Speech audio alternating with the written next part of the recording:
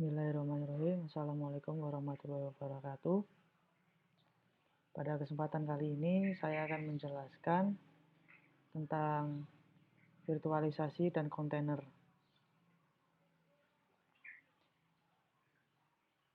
Penjelasan ini merupakan tugas topik terpilih, yaitu membuat sebuah video mengenai topik yang disukai dari keseluruhan materi yang telah dipaparkan dari P1 sampai P26.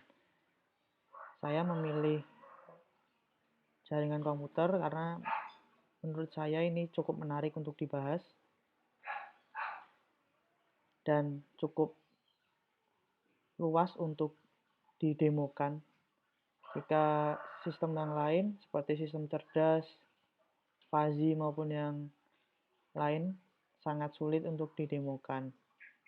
Nah, maka pada kesempatan kali ini saya memilih menjelaskan virtualisasi dan kontainer.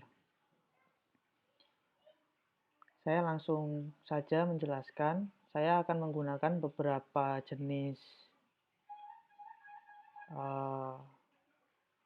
komputer, yaitu AWS, lalu Google Cloud Platform, dan Microsoft Azure. Untuk ketiga server ini bisa digunakan secara gratis selama 1 tahun dengan menggunakan akun baru dan memasukkan credit card seperti itu. Jadi bisa teman-teman praktekkan nanti setelah tutorial ini. Kenapa saya menggunakan server yang bersifat cloud seperti AWS? Karena yang pertama adalah servernya sangat cepat, sangat mudah dalam melakukan setup. Yang ketiga adalah biayanya sangat murah dengan pay as you go. Dibandingkan dengan VPS lain atau melakukan instalasi server sendiri, tentu harganya jauh lebih murah dan performanya juga jauh lebih cepat. Saya sudah menggunakan AWS selama beberapa bulan terakhir dan saya mendapatkan server ini secara gratis. Jadi server ini bisa digunakan sebanyak 750 jam dalam sebulan, di mana melebihi dari jumlah jam dalam bulan tersebut. Dan banyak lagi servis dari AWS ini yang bisa teman-teman gunakan. Oke, untuk VPS AWS sendiri kita menggunakan EC2 Instance atau Elastic Cloud Computing. Instalasinya sangat mudah. Yang pertama adalah klik pada instance. Setelah itu launch. Setelah launch, teman-teman bisa lakukan instalasi.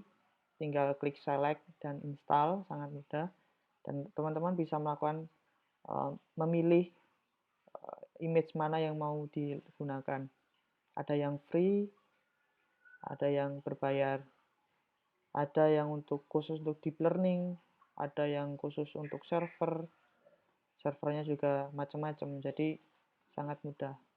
Karena saya sudah membuat dan kuota AWS free ini hanya 1 T2 Micro, maka saya tidak akan membuat lagi. Setelah dibuat, nanti teman-teman akan mendapatkan sebuah key yang nanti digunakan untuk melakukan remote SSH. Nah, teman-teman juga bisa melakukan setting terhadap security, port apa yang ingin dibuka dan port apa yang ingin ditutup. Nah, pada kesempatan kali ini saya ingin melakukan deploy. Nah, kalau untuk Azure dan GCP prosesnya sama, nggak susah. Tinggal buat template, create, selesai. Nggak ribet. Pada kesempatan kali ini saya akan mendeploy sebuah aplikasi yang sedang saya kembangkan. bernama ORCAV.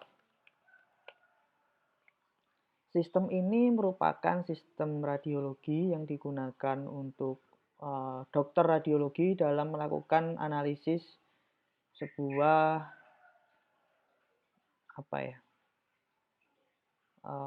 citra medis. Kira-kira nanti seperti ini. Karena ini dia di coding menggunakan C++, saya tentu tidak dapat menggunakan hostingan biasa. Maka saya memutuskan untuk menggunakan VPS.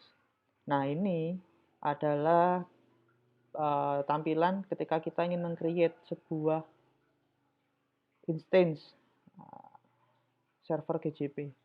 Kita dapat memilih seperti apa yang mau kita buat, CPU besar atau memori besar, atau bisa memilih untuk deep learning misalnya menggunakan tambahan GPU seperti itu. Nah, langsung saja saya menggunakan Docker atau virtualisasi supaya lebih mudah. Dalam instalasinya sangat mudah. Kita dapat mencari tutorial di install Docker di dokumentasinya Docker. Pertama, remove semua Docker, lalu update, install beberapa dependensi, lalu download, masukkan aptg-nya si Docker, lalu masukkan fingerprint, lalu bisa milih mau ARM64 atau x86, lalu sudo add repository, update, install. Untuk Docker Engine juga tidak terlalu susah, mirip-mirip apa instalasinya. Nah, sekarang kita langsung melakukan connect.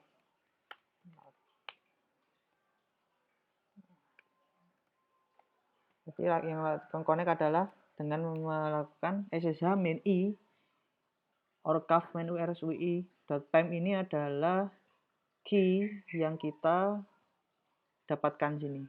Bisa di-download. Downloadnya hanya bisa ketika Anda create. Jadi sekali saja. Atau bisa ya? Nggak bisa. Oke. Setelah itu Ubuntu, karena saya menggunakan sistem informasi Ubuntu, add alamat IP-nya. Dengan menggunakan PEM ini, maka kita sudah dapat terkoneksi secara langsung tanpa menggunakan username dan password. Karena PEM ini merupakan security key, gampangannya seperti itu. Kita lihat sistem load-nya bagus, memory usage-nya 14% dari 30 GB yang saya set dengan kuota 30 GB untuk free tier-nya AWS. Lalu memory usage 53%. Ya, bagus. Ada 14 package bisa diupdate. Kalau misalnya mau dilakukan update berarti sudo apt update. Nah, yang pertama kita melakukan update karena terdapat 5 update untuk security. Oke. Kalau misal kita mau upgrade, tinggal sudo apt upgrade. Nah, karena servernya AWS ini sangat kencang, jadi melakukan upgrade itu tidak kerasa. Dibanding menggunakan komputer lokal, saya lebih suka menggunakan AWS.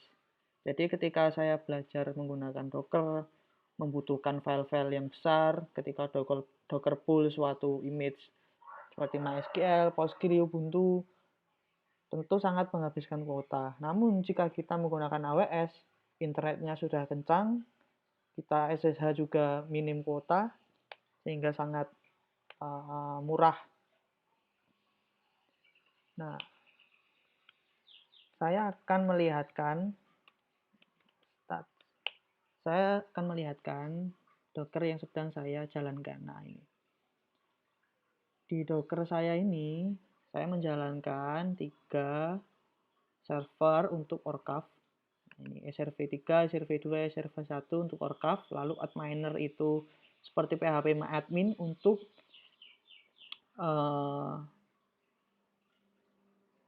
database Postgre, lalu DB-nya ini saya menggunakan Postgre, lalu proxy ini saya menggunakan Nginx untuk reverse proxy. Nah, untuk komen Docker itu sangat banyak dan sangat mudah dilakukan. Sepertinya tidak perlu dijelaskan, ada Docker build ketika kita ingin membuild sebuah image, lalu ada Docker create ketika kita ingin meng-create kontainer baru, ada Docker run ketika kita ingin meng-create dan melakukan run sebuah kontainer, atau kita bisa run sebuah kontainer yang sudah ada, yang sebelumnya di stop atau mungkin stop secara error. Kalau kita bisa mengeksekusi exec ini untuk melakukan eksekusi sebuah kontainer, misalnya ini sudo docker ps. Nah, docker ps ini untuk melihat kontainer apa yang sedang berjalan.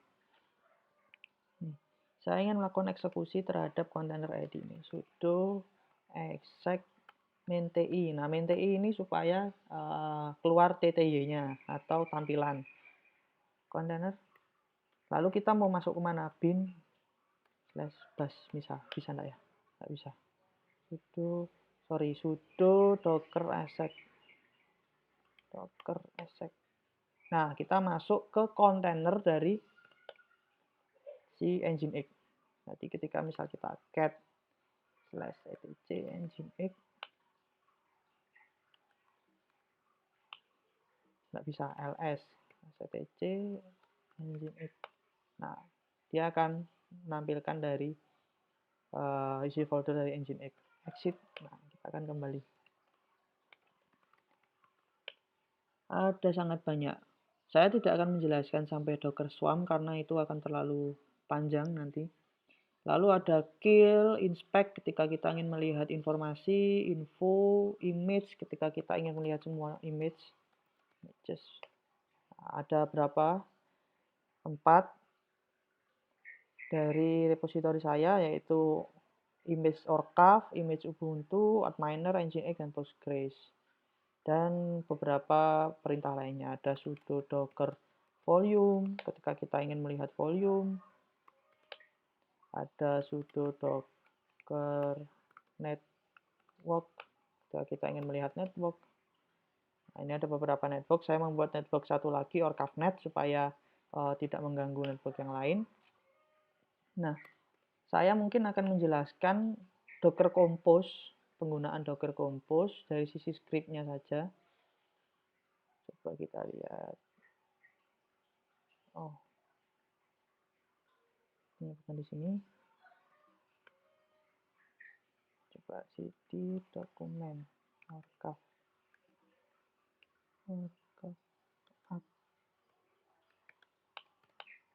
Oke, si code gitu. Nah, ini adalah aplikasi dari codingan yang saya buat untuk melakukan compose. Yang pertama ini ada compose. Saya melakukan compose itu untuk 3 service. Yang pertama Nginx, karena ini hanya dibutuhkan satu saja, Nginx, kontainernya proxy, restart, always stop, unless stop. Nah, ini artinya ketika dia stop otomatis akan ke restart. tty true. Nah, tty true ini fungsinya apa sih? Sudo docker ps. Fungsinya adalah ketika kita ingin melihat logs, dia itu muncul sudo docker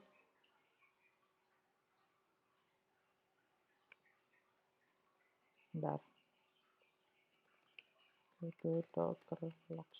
Dan AWS ini servernya sangat kencang. Kita melakukan SSH saja nggak kerasa lemot, nggak kerasa delay. Jadi seperti lokal, sangat kencang. Ketika kita ketik juga nggak ada delay. Sudo docker logs container ID. Nah, kita akan melihat log dari Nginx. Nih, si Mozilla melakukan request, ini ada API GET yang dipanggil, upstream reading, dan lain-lain. Itu fungsinya kalau kita TTY-nya true. Nah, port ini adalah membuka port dari dalam kontainer ke keluar kontainer. Misalnya port 80 si Nginx, saya forward ke port 80 dari host OS. 443. Lalu networknya apa? Karena kita membuat virtual network, maka kita menggunakan network yang kita buat. Nah, definisi ORCAVNet ini kita definisikan di sini. Network ORCAVNet external true, artinya kita ada membuat network yang sudah kita definisikan sebelumnya. Jika tidak ada external true, maka dia akan membuat secara otomatis dengan nama misalnya karena ini ada di folder cloud, maka dia cloud minus ORCAV, gitu, otomatis. Lalu image yang kedua adalah database. Saya menggunakan Postgre, nama kontainernya DB, portnya 5432. Lalu saya, wah ini harus di sensor ini, usernya, passwordnya. Lalu volume. Nah, volume ini apa sih? Karena kontainer itu dia volatile, ketika dia kontainernya di delete, datanya hilang, maka kita bisa menggunakan volume. Nah, volume ini untuk apa sih? Jadi saya melakukan link antara /orcav Postgres dengan varlib Postgres data. Varlib Postgres data ini adalah folder data dari database Postgres yang saya link ke /orcav Postgres. Artinya, data apapun yang ada di /varlib Postgres SQL data ini akan dikopikan secara otomatis ke orcav Postgres. Gitu. Lalu saya menggunakan adminer untuk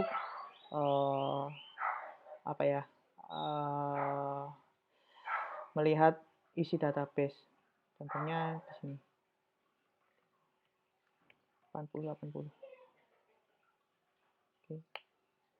Nah, ini saya menggunakan adminer untuk melakukan database, melihat database. Oke, kira-kira seperti itu. Ini untuk Docker Compose-nya. Lalu untuk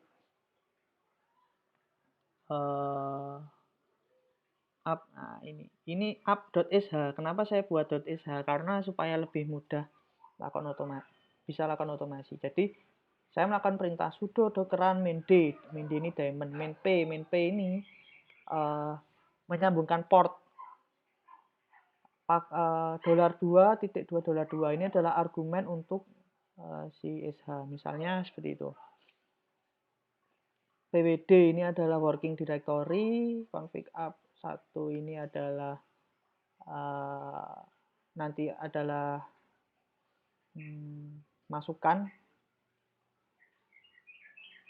Jadi nanti ada 3 masukan. Itu. Jadi misalnya saya karena di sini sudah saya lakukan di orcav di deploy cloud. Saya ketika ingin ini misal itu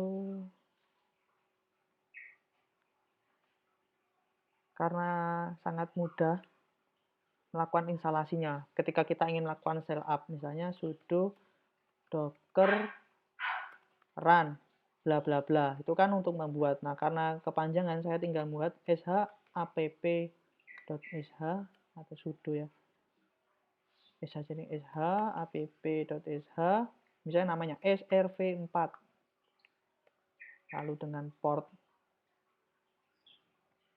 Lalu saya akan menyambungkan port yang pertama adalah 8004 dan 9004. Nah, dia akan ke-create otomatis karena saya menggunakan sh atau shell. Jadi deployment pun sangat mudah dilakukan. Nah, ini dia membuat satu server baru, sangat mudah. Jadi ketika kita ingin melakukan deployment itu langsung sekejap bisa dideploy, langsung up ke stop container ID. Oke, dia langsung bisa stop. Nah, lalu yang saya jelaskan yang kedua adalah main name ini adalah argumen yang pertama tadi srv4. Main rm ini adalah akan menghapus kontainer ketika kita stop. Jadi ketika kita stop dia akan terstop dan ketika ps main a kontainernya pun hilang. Ter-remove secara otomatis. Lalu networknya ORCAVNet, image-nya AVNet ORCAV versi 161. Lalu saya juga melakukan otomasi untuk ESEC, lalu buat Postgre juga, untuk mereload Nginx juga saya lakukan otomasi. Lalu saya akan menjelaskan beberapa config dari Nginx. Jadi prosesnya gimana sih? Kok bisa dari demo.orgcaf.id ini kan tidak ada aslinya. Saya bisa melakukan forwarding ke server SRv1, SRv2, SRv3 ini. Nah, prosesnya ada di Nginx, namanya reverse proxy. Jadi kita mendefinisikan dulu yang pertama, ini adalah config defaultnya, include etc nginx conf.d bintang.conf. Nah, di conf.d ini kita melakukan beberapa config. Ada konsep bernama reverse proxy. Nah, fungsinya apa sih reverse proxy? Proxy adalah pihak ketiga. Jadi ketika orang melakukan attack, dia nggak tahu bahwa yang di attack adalah proxy-nya, bukan server aslinya.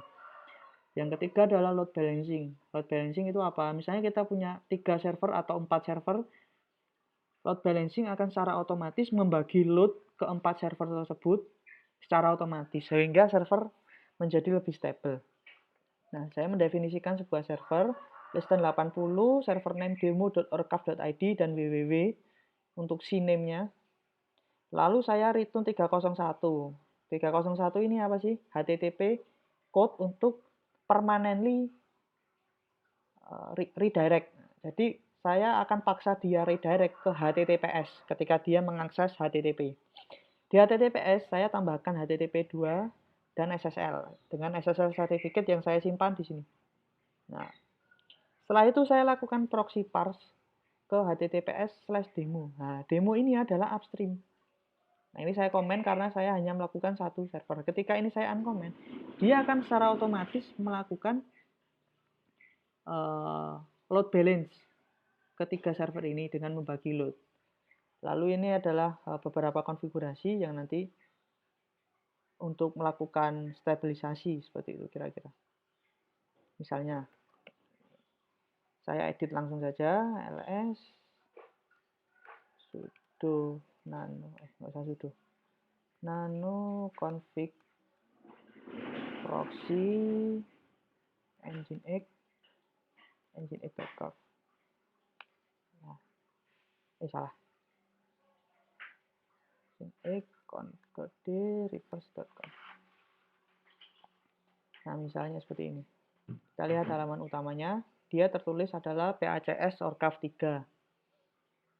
Ketika kita refresh juga PACS orgcaf 3. Nah, ketika ini saya edit jadi seperti ini,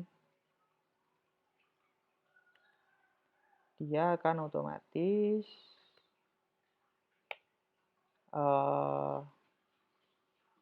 berpindah ketika server. Nah, setelah kita reload dari Nginx-nya dengan melakukan sudo docker exec min-ti container ID Nginx reload. Nah, karena ini saya sudah buatkan sh-nya lebih enak. Bisa kita lakukan ini. sh reload dengan argumen kontainernya. Oke, terreload. Coba kita buktikan. Nah, dia akan berpindah otomatis. Nah, ini namanya reverse proxy. Jadi dia dapat melakukan load balance supaya servernya nggak down. Kita buatkan beberapa server, banyak server sekaligus. Nah, kira-kira seperti itu. Mungkin itu karena nanti kalau dijelaskan semua terlalu banyak, kira-kira seperti itu. Silakan mencoba. Teman-teman bisa konsultasi juga kalau misalnya mau ngobrol-ngobrol, mau tanya-tanya boleh ke alamat email atau nomor WhatsApp saya. Enggak usah deh, email aja. Terima kasih. Assalamualaikum warahmatullahi wabarakatuh.